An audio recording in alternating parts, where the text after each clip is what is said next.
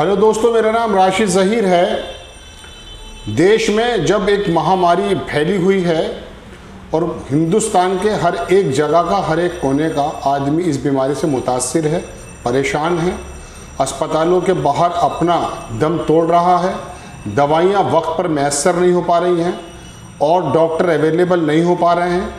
और इस बीमारी, रहस्य में बीमारी का ये नहीं पता चल पा रहा है कि कब जाकर के वायरस अंदर अपना काम कर दे और कब कोई अपना आदमी अपने भाई को, अपने बाप को, अपनी माँ को खो दे, अपने बेटे को खो दे।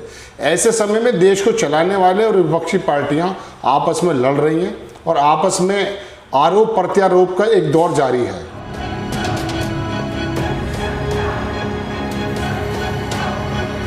ऑक्सीजन खत्म है, कर ले जाइए।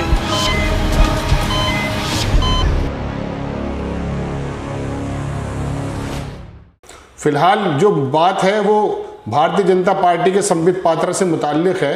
इन्होंने आरोप लगाया कि कांग्रेस का एक ऐसा टूल किट इन्होंने पकड़ा है जिसमें कांग्रेस बाकायदा प्लानिंग के साथ इस बात को तय करने में अपने कार्यकर्ताओं को समझा रही है कि किस तरह से भारतीय जनता पार्टी को सत्तारूढ़ प्रधानमंत्री नरेंद्र मोदी की छवि को धूमिल किया जाए।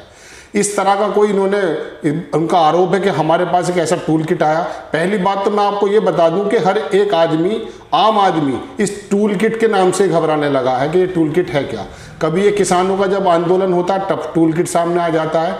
भारतीय जनता पार्टी शब्दों के जाल में इस तरह से लोगों को बांधती है कि अक्सर यही समझ में नहीं आता कि असल मुद्दा क्या है। जो परेशानी होती है उससे नज़र हटा करके टूल किट। अब ये बताइए, खेत में काम करने वाला एक आदमी, मजदूरी पे ठेले में जाने वाला एक आदमी, उसको टूल किट का क्या मालूम। लेकिन पूरे देश को उलझाने का काम इस प्रवक्ता का है। भारतीय जनता पार्टी के जो प्रवक्ता संबित पात्रा है और उसके नेता बाकायदा रोजाना एक ऐसे नाम का इजाद करते हैं, एक ऐसी चीज सामने लेकर आते हैं कि असल मुद्दों से नजर हटकर इन चीजों पर पड़ जाती है कि टूल किट क्या है। अब ये बताइए, टूल किट अगर मैं आपको बता भी दूं कि वो है क्या, तो आपका कितना काम बन जाएगा।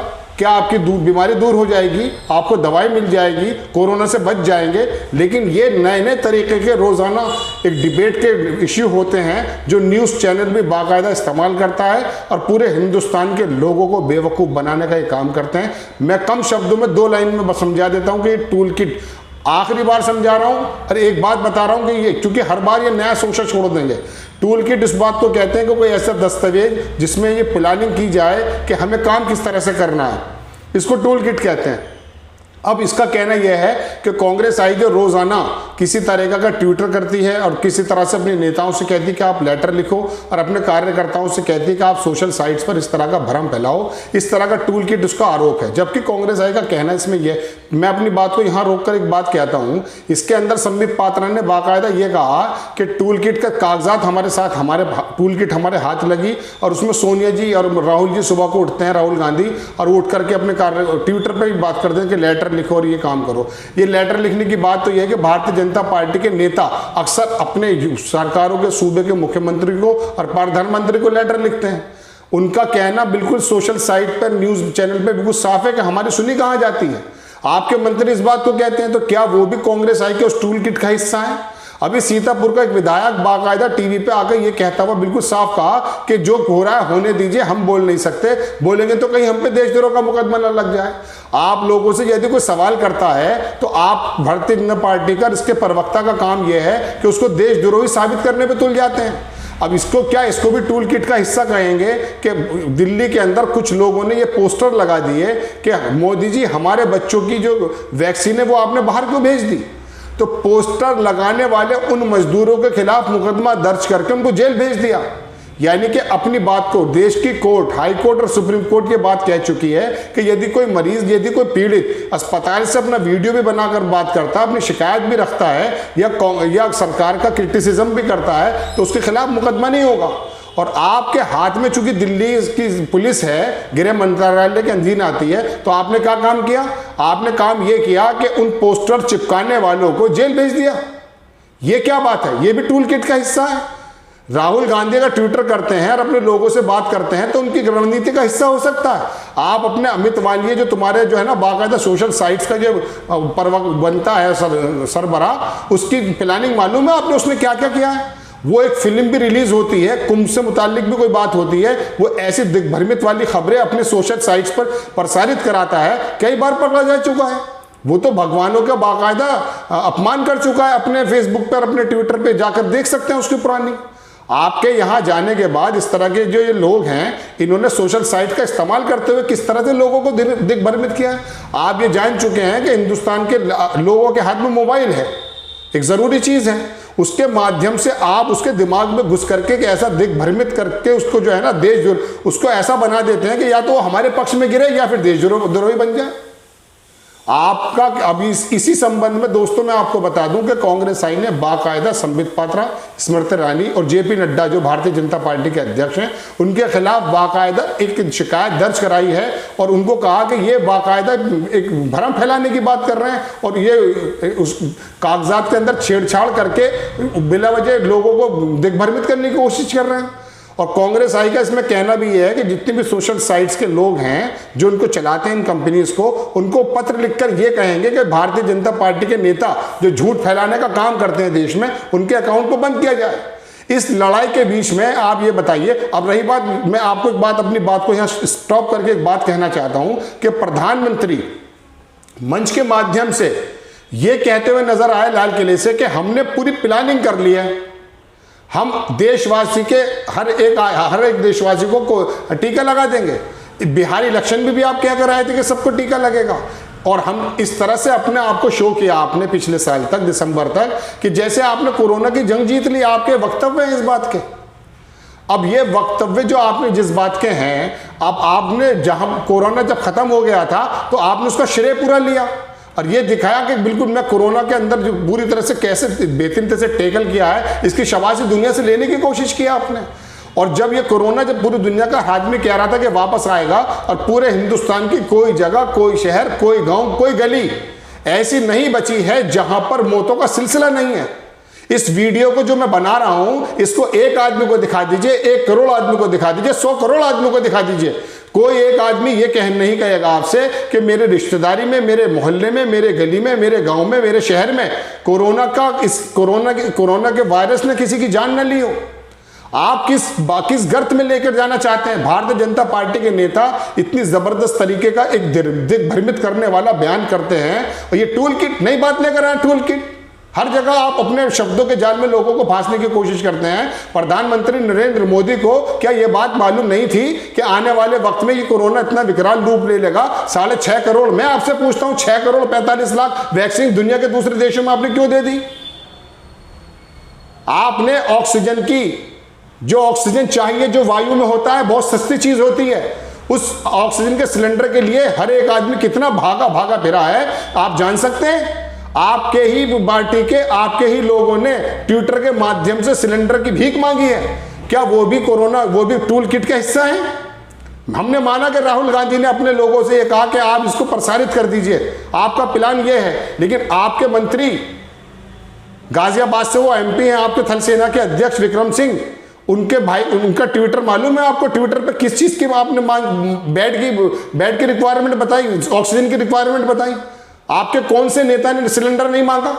वही कांग्रेस आई का जो वो युवजन का अध्यक्ष है, उसने अगर मिसाल के तौर पे किसी तरीके से लोगों को सिलेंडर पहुंचाने का काम कर दिया तो आपने उसके घर पुलिस भेज दी। आप उत्पीड़न का काम करते हैं। और टूल किट के शब्द में संबित पात्रा, आप पूरे देश को उलझाना चाहते हैं।